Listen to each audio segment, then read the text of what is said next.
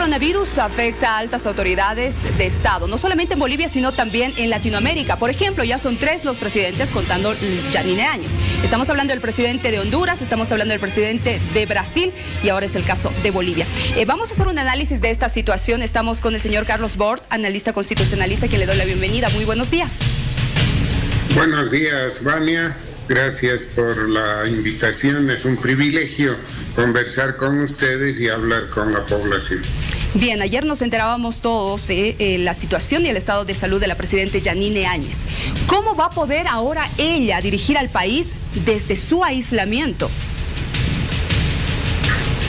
Bueno, situaciones como esta, con algún problema que lo vamos a ver enseguida, están previstas en el texto constitucional. Debemos analizar primero el texto constitucional y después la situación de la presidenta. El artículo 169 de la Constitución prevé 2 escenarios posibles. Impedimento o ausencia definitiva, caso en el que la autoridad, en este caso la presidenta, cesa en sus funciones, y ausencia temporal. Nótese que para lo definitivo el texto habla de impedimento o ausencia.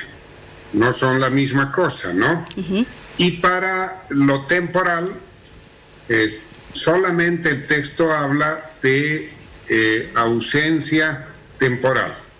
¿Cuál es la diferencia?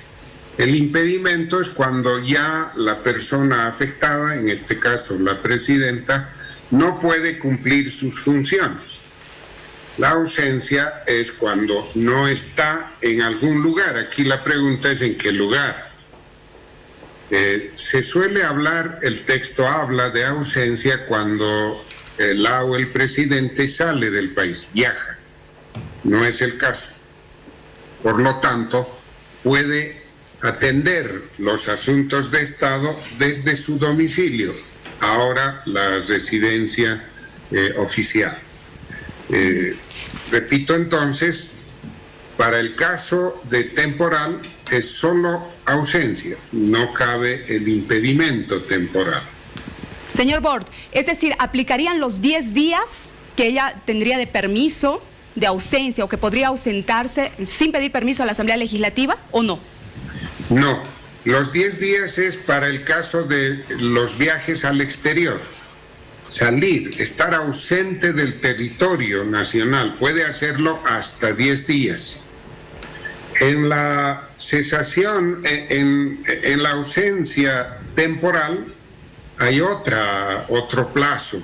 El parágrafo 2 del 169 dice que en caso de ausencia temporal, asume las funciones quien está ejerciendo la vicepresidencia y puede hacerlo por un plazo de hasta 90 días. Y en este caso no hay vicepresidente, ¿no? No hay vicepresidente electo como tal, pero se va a abrir aquí el debate porque en el reglamento reglamento general de la Cámara de Diputados, que por mandato de la Constitución rige para toda la Asamblea, en ese reglamento, en el artículo 4 o 5, si la memoria no me falla, se dispone que en falencia, no existiendo el vicepresidente, asume la presidencia de la Asamblea y en consecuencia la vicepresidencia asume él o la presidenta de senadores y en su caso él o la presidenta de diputados. Señor Bort, ahora la señora Eva Copa está aislada, voluntariamente, pero está aislada. Exactamente, hemos conocido también la noticia de la probabilidad de que también la senadora Copa esté afectada por la pandemia, ¿no?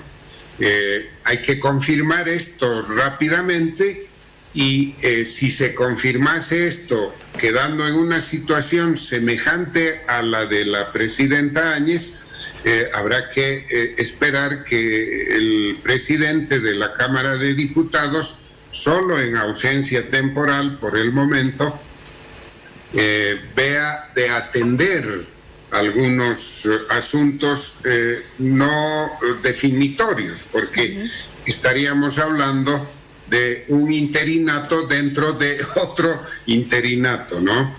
Es una situación muy, muy especial, muy delicada. Señor, pero bueno, esta es la Constitución. Veamos la situación de la presidenta Yanine Áñez. Todavía no se conoce la información final, solo supongo que el análisis de PCR ha dado positivo. En la medida en que la presidenta tenga sintomatología leve, ella podrá continuar atendiendo desde su residencia. No se configuraría la ausencia temporal. Si su salud se agrava. Si la presidenta avanza y entra a terapia intermedia y peor aún en terapia intensiva, y todos esperamos que esto no suceda con nadie. Sin duda, claro que sí.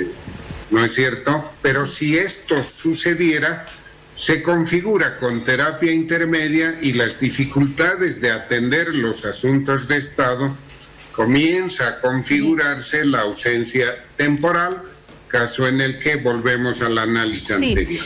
Don Carlos, claro que sí es importante informar y analizar diferentes escenarios, situaciones posibles, algo que pueda suceder.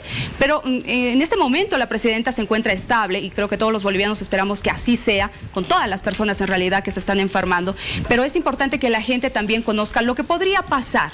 Pero mientras tanto mantenemos la calma. Avancemos, por favor, señor Bold. Ahora, un ministro de Defensa que asume interinamente la cartera de Salud con la situación actual, tomando en cuenta que nos encontramos en una emergencia sanitaria.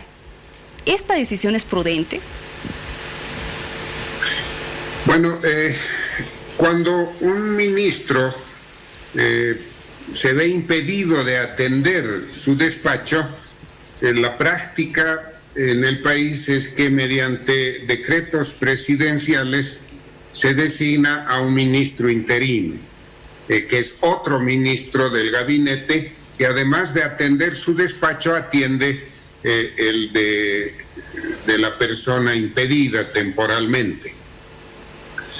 ¿Es esto formal? Porque se va a limitar con seguridad a la firma de los documentos más importantes que requieran la rúbrica del ministro titular. Por eso se emite un decreto.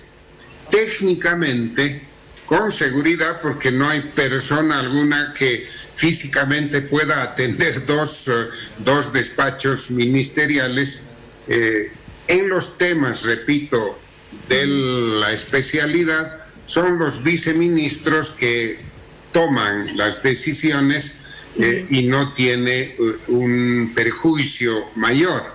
Sin embargo, también en este caso, si la salud de la ministra Roca pasa a a terapia intermedia y peor aún si llega a terapia intensiva, es recomendable que se designe inmediatamente a otro ministro, porque hay que enfrentar decisiones muy delicadas, especialmente en esta época de esta terrible pandemia que nos tiene a todos sobresaltados, ¿no? Bien, ahora hablemos por favor de las elecciones, en medio de una pandemia.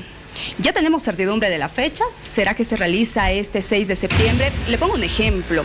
En República Dominicana se ha realizado justamente unas elecciones con poca presencia de la población, es decir, muy pocos votantes. Ha batido su récord en ausentismo. ¿Podría ocurrir lo mismo en el país, señor Bort? Vania, aquí hay que hacer dos comentarios. Primero, ya está decidida la fecha y fue decidida, esto hay que recordar, porque el día de ayer han habido declaraciones de uno de los involucrados fuera de lugar, ¿no? Hay que recordar esto. Se fijó la fecha en base a una concertación entre el Tribunal Supremo Electoral, el Movimiento al Socialismo y Comunidad Ciudadana. Don Carlos Mesa no puede intentar desligar responsabilidades como hizo ayer en su conferencia de prensa vía Zoom, tratando de señalar que los responsables de lo que pase será el Tribunal Supremo y el órgano ejecutivo. No, señores, hubo una concertación del Tribunal Supremo con el MAS y con Comunidad Ciudadana. El segundo comentario es que hay que tranquilizar las aguas, está fijada la fecha, es necesario que hayan elecciones en el país, pero la decisión final debemos tomarla en la última semana del mes o en la segunda mitad, digamos, del mes de agosto. En base a recomendaciones científico-técnicas. Tienen que ser los científicos, los especialistas en salud, que evaluando la cantidad de enfermos, de impedidos, la evolución de la pandemia, emitan una recomendación técnica. Y en base a esto, que es lo que no se ha hecho hasta ahora, se toma la decisión política final. Y voy a poner, y con esto cierro, Vania, dos escenarios posibles. Si la evolución, la proyección de la pandemia, según los científicos, los especialistas, nos dice que el valle, el punto más alto, vamos a alcanzar a fines de septiembre y que a partir de eso disminuye la cantidad de contaminados, de decesos, etcétera, ¿por qué no esperar a, por ejemplo, fines de octubre, mediados de noviembre para hacer las elecciones? Pero si la proyección nos dijera que ese valle se va a encontrar allá por el mes de febrero, marzo del próximo año, y que vamos a llegar a 120,000 en septiembre, 150,000 en noviembre o en diciembre, lo recomendable es hacerlo ahora, porque no vamos a esperar hasta el mes de enero a llegar a 150,000 enfermos y fallecidos. Justamente tenemos que aguardar, son decisiones muy delicadas, ¿no? Sin duda alguna, todos creemos lo mismo. Son decisiones que seguramente se van a analizar todavía en este largo camino que todavía queda para las elecciones generales. Le agradezco mucho por este análisis, por esta información que nos ha brindado, señor Carlos, que le vaya muy bien. Gracias, Vania, y un saludo a toda la audiencia.